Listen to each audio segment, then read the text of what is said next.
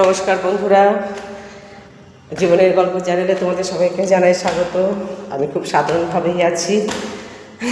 এই সাধারণভাবে থাকি বলে আমি সবসময় ক্যামেরার সামনে নিজেকে আনি না। যাই হোক, আমি একটু ছাদে আসলাম, বেশ 3-4 দিন পরে আসছি। কটা ডাটা তুলবো আর দেখি ফল ফলেদি কেমন আছে, সবই সেগুলো দেবো। ফল তো আম তো তুলে নেওয়া হয়ে গেছে, আম প্রায় শেষ এসেছিলো তো অল্প। যাই হোক, এই কটা করে রয়েছে, 2-4 দিন পরে আবার তুলতে হবে। আগের দিন যেগুলো তুলেছিল সেগুলো সবাই ভালো পাকা ছিল না, কেউ একটু লাল লাল ছিল।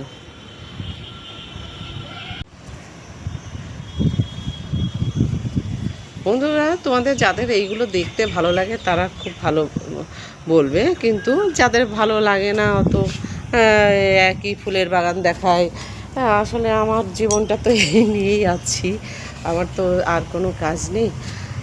আচ্ছা, আমার একটা ছেলে আছে, তোমাদের বাগানটা দেখায় আর আমি কথাটা বলি।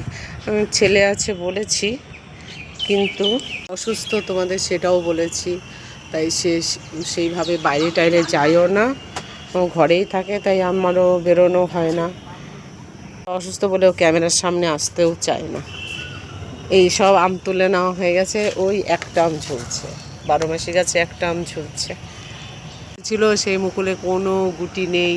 তা মানে এই সিজনটা মিস গেল।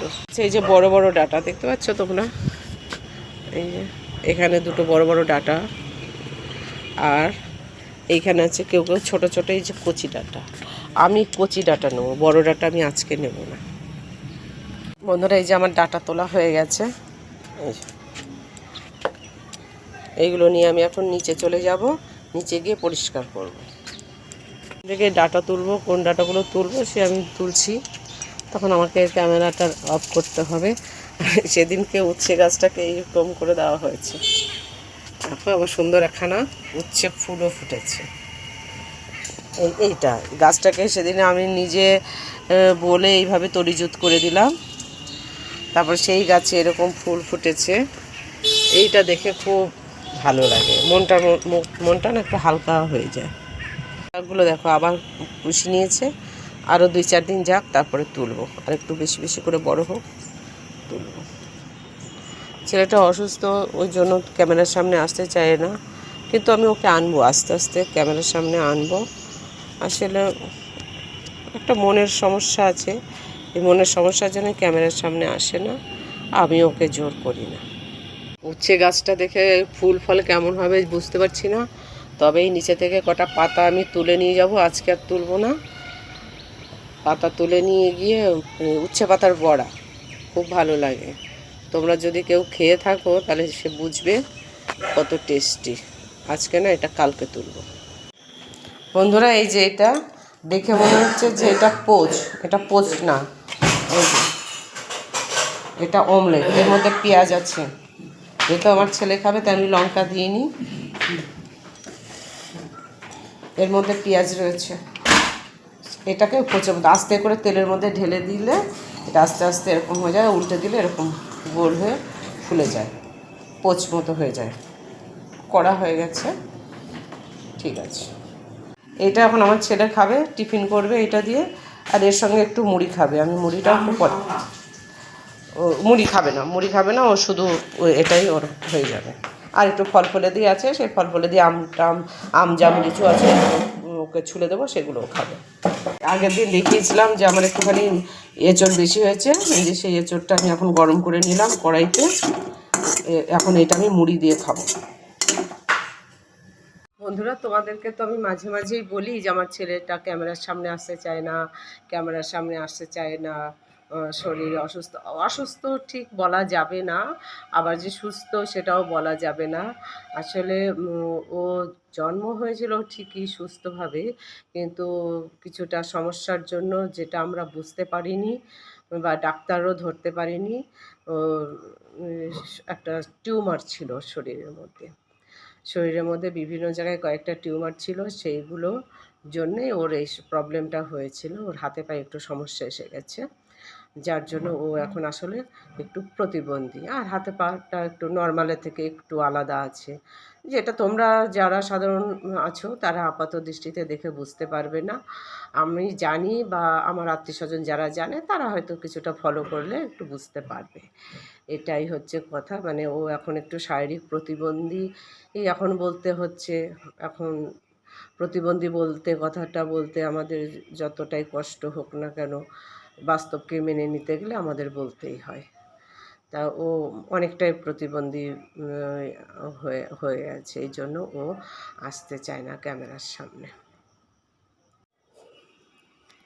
আমি কাজ করতে করতে আমার মাথায় আসলো যে তোমাদেরকে অনেকবারই এই কথাটা তো বলেছি যে আমার ছেলে অসুস্থ বা ক্যামেরার সামনে আসতে চায় না। তা এখন আমি কাজ করতে করতে আমার মনে হলো যে তোমরা শুধু এই কথাটাই বলে যাবে, তাই স্নান সেরে আমি তোমাদের সামনে বসেছি।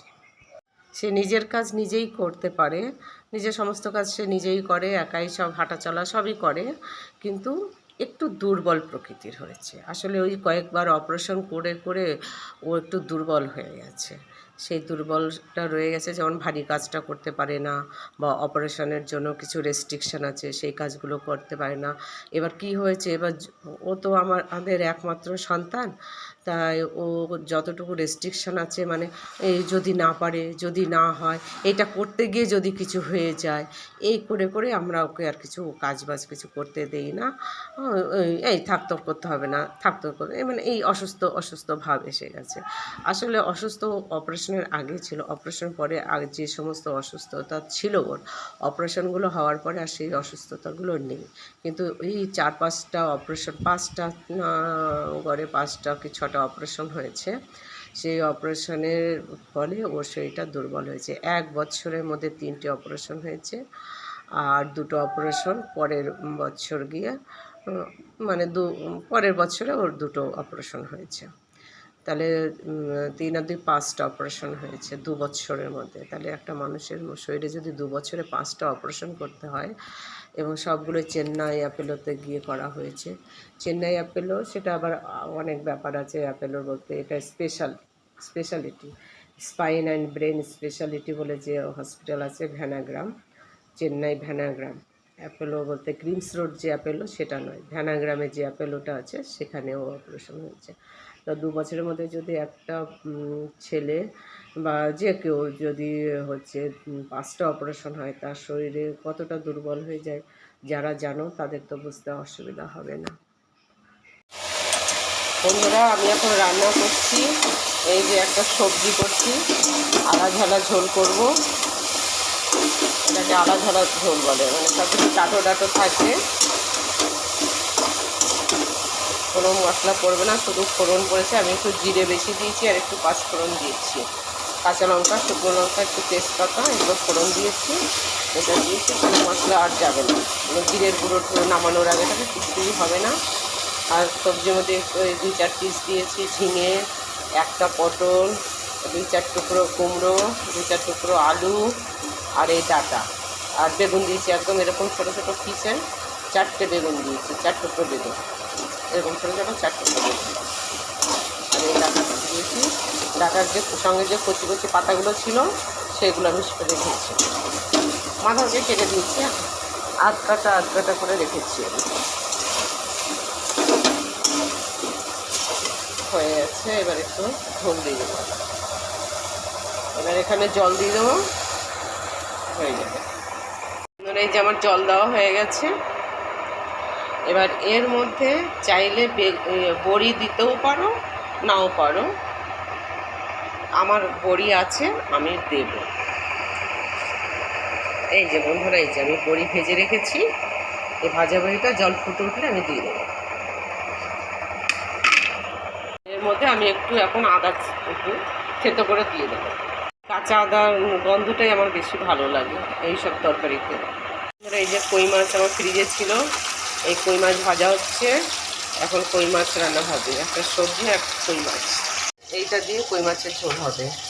ডাঁটা, আলু আর একটা পটল 4 খণ্ড করে দিয়েছি, এই 4 পিস করে দিয়েছি একটা পটল। 3টে মাছের ঝোল তো রাতেই শেষ করবো ভেবেছি, তাই এরকম কটা এরকম এরকম 6 পিস আলু দিয়েছি, কটা ডাটা দিয়েছি, আর একটা পটল দিয়ে কাটা হয়েছে। বন্ধুরা, আমার রান্না হয়ে গেছে। এই যে এখন আমরা সব খেতে বসে গেছি। এই যে সবজির তরকারি, তার মধ্যে 2-4টে বড়ি দিয়েছি, আর এই যে কই মাছের ঝোল, একটু দই আছে, দই, প্রসাদ, এই যে আম। খাবো না, এটা রেখেছি পাকার জন্য। আর দই আছে বলে আর দুধ খাবো না, আম দই দিয়ে ভাত দিয়ে এসব দিয়ে খাওয়া হবে। বন্ধুরা, আমার সমস্ত কাজ শেষ। তোমাদের প্রতি অনেক অনেক ভালোবাসা জানিয়ে আজকে ভিডিওটা এখানে শেষ করছি। তোমরাও আমাকে অনেক অনেক ভালোবাসা দিও, আশা রাখি।